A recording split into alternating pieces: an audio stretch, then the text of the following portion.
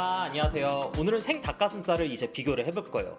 이게 단백질은 워낙 비싸다 보니까 우리가 저렴한 단백질 근원이 뭐가 있는지 막 생각을 하다 보면 결국에는 닭가슴살로 도달해요.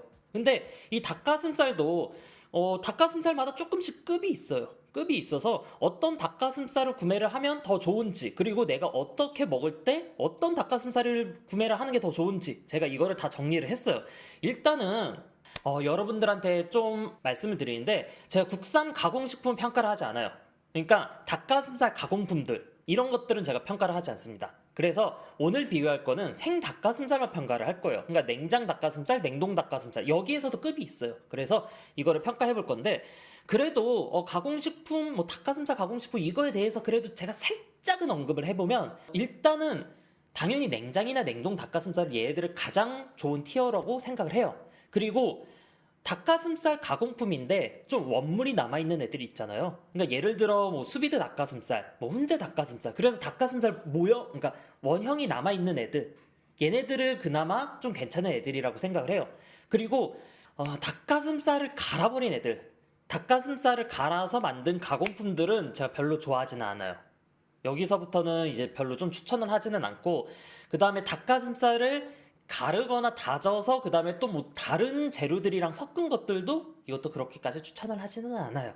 그래서 여러분들이 만약에 가공된 닭가슴살을 선택을 하신다라고 하면 닭가슴살 이제 뭐 수비드라든지 뭐 훈제라든지 이제 원물이 남아있는 애들을 선택을 하시면 좋고, 그리고 솔직히 약간 저 소신 발언을 하면 여기 있는 영양 성분표 믿지 않아요.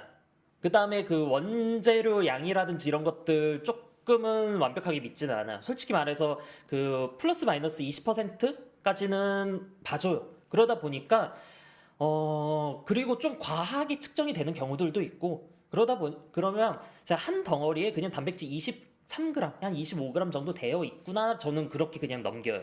그리고 뭐 한 덩어리에 단백질이 정말 막 엄청 높게 적어둔 제품들도 있는데 믿지도 않고, 가끔 막 이상한 제품들도 있어요. 그냥 정말 닭가슴살 거의 한 90%뭐 이런 식으로 만들었는데 탄수화물이 뭐 10g, 20g 막 적혀 있는 그런 엉망인 제품들도 종종 있기 때문에 개인적으로는 저는 이런 것들 좀 취급을 하지 않아요. 그렇기 때문에.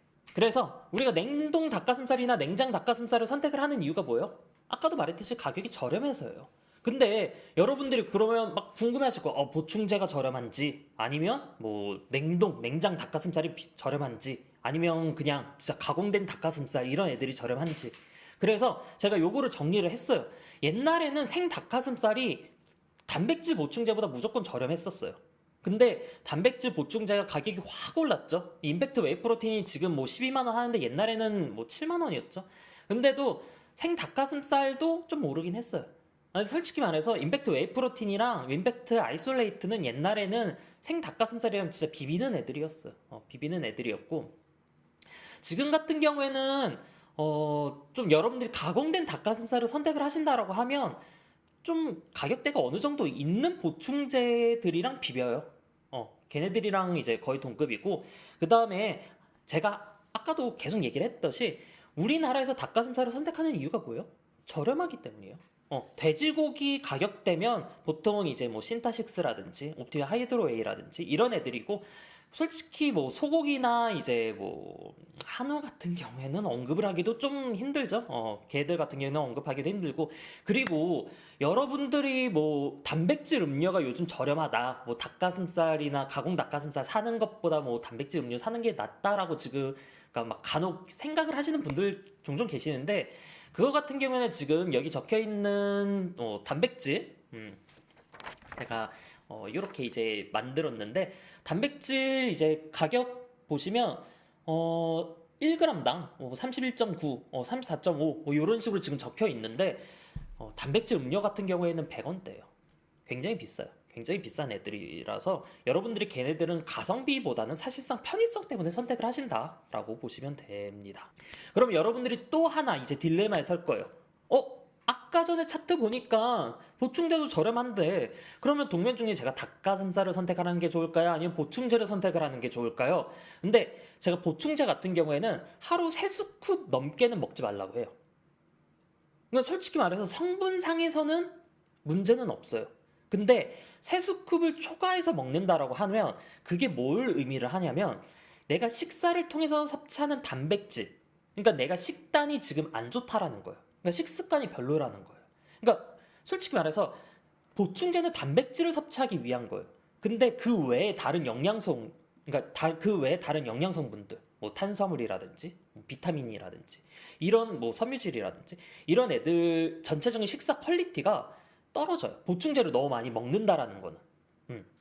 그래서 단백질을 정말 섭취할 수 없는 뭐 그러한 환경에 계신 분들 종종 계시죠. 뭐 고시생 분들이라든지 아니면 군대에 계신 분들 같은 경우에는 보충제를 선택하는 경우 제가 좀 그렇게까지 뭐라고 말리진 않아요. 근데 만약에 내가 닭가슴살을 좀 먹을 수 있는 환경인데 보충제를 선택을 한다. 그러면 그 어느 정도 성장을 하다가 딱 한계점에 부딪혀요. 그러니까 무슨 말이냐면 내가 근육 증가라든지 아니면 내가 좀 더 성장을 할 때 식사가 받쳐줘야 돼요. 식습관이 어느 정도 받쳐줘야지 내가 성장을 할 수가 있어. 근데 보충제에 항상 의존하다 보면 그 식사의 평균적인 퀄리티가 만족하지는 못해요. 그럼 결국에는 어느 정도 수준에서 크지는 못해요. 물론 어느 정도 그냥 일반인들이 좀 만족하는 수준까지는 보충제로 키울 수는 있어요.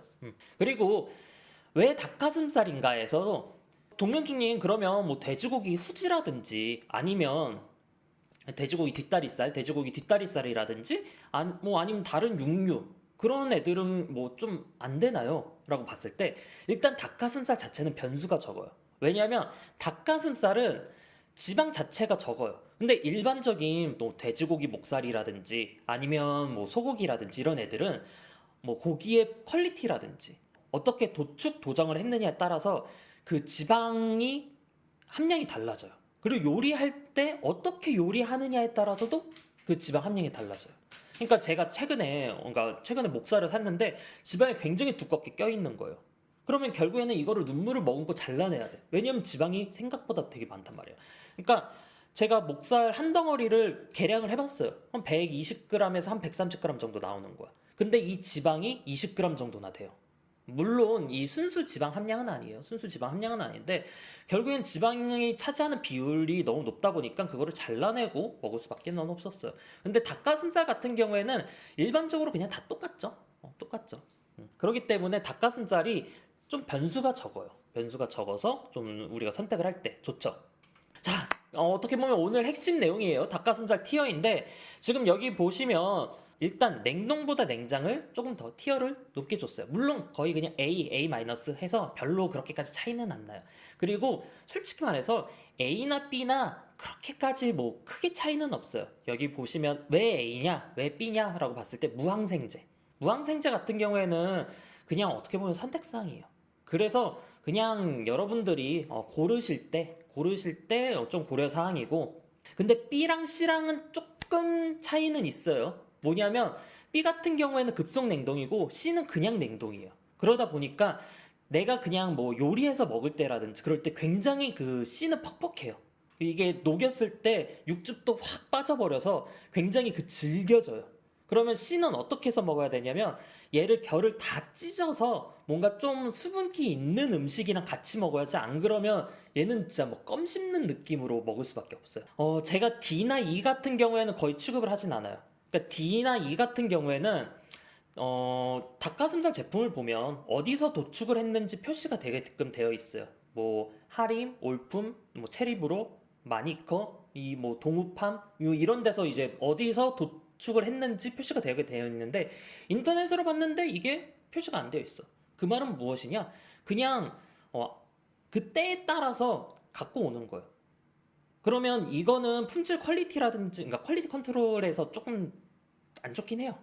그래서 도축장이 이제 표시가 되어 있지 않은 제품들은 제가 별로 안 좋아하고 나 솔직히 2등급 같은 경우에는 없을 거라고 생각을 해요. 왜냐면 지금 햇섭은 웬만해서는 그냥 기본적으로 깔고 들어가는 정말 기본적으로 깔고 들어가는 건데 만약에 햇섭 표시가 없다라고 하면 이거는 진짜 가내수공업이에요. 가내수공업 정도라서 그렇게 생각을 하시면 되고 여러분들이 만약에 구워 드실 거다.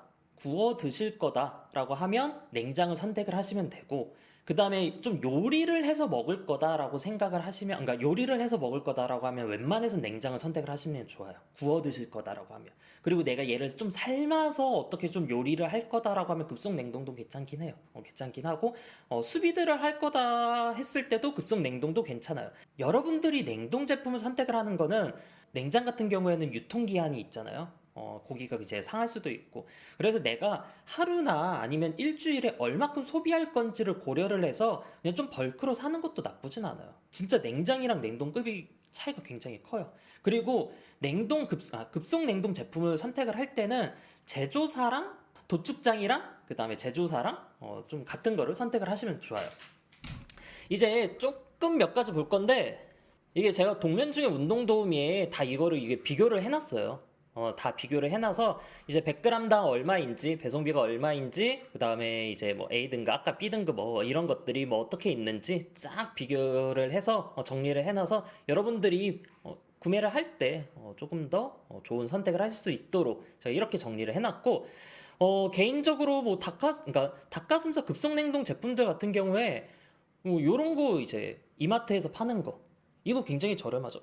되게 괜찮은 제품이라고 생각을 해요. 그러니까 이마트 PB 브랜드인데 이게 도축업체랑 아마 계약을 잘 한 것 같아요. 가격도 괜찮고 급속 냉동 제품이고, 이게 좋은 예시예요.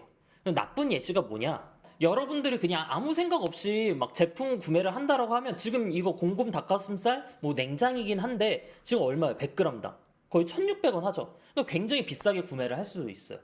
여러분들이 뭐 마트나 가서 샀을 때는 물론 100g당 좀 비쌀 거예요. 바로 구매를 하기 때문에. 근데 좀 벌크로 구매를 한다, 아니면 내가 좀 계획적으로 식품을 소비한다라고 하면 100g당 가격을 보시고 조금 더 현명하게 선택을 하시는 게 좋죠.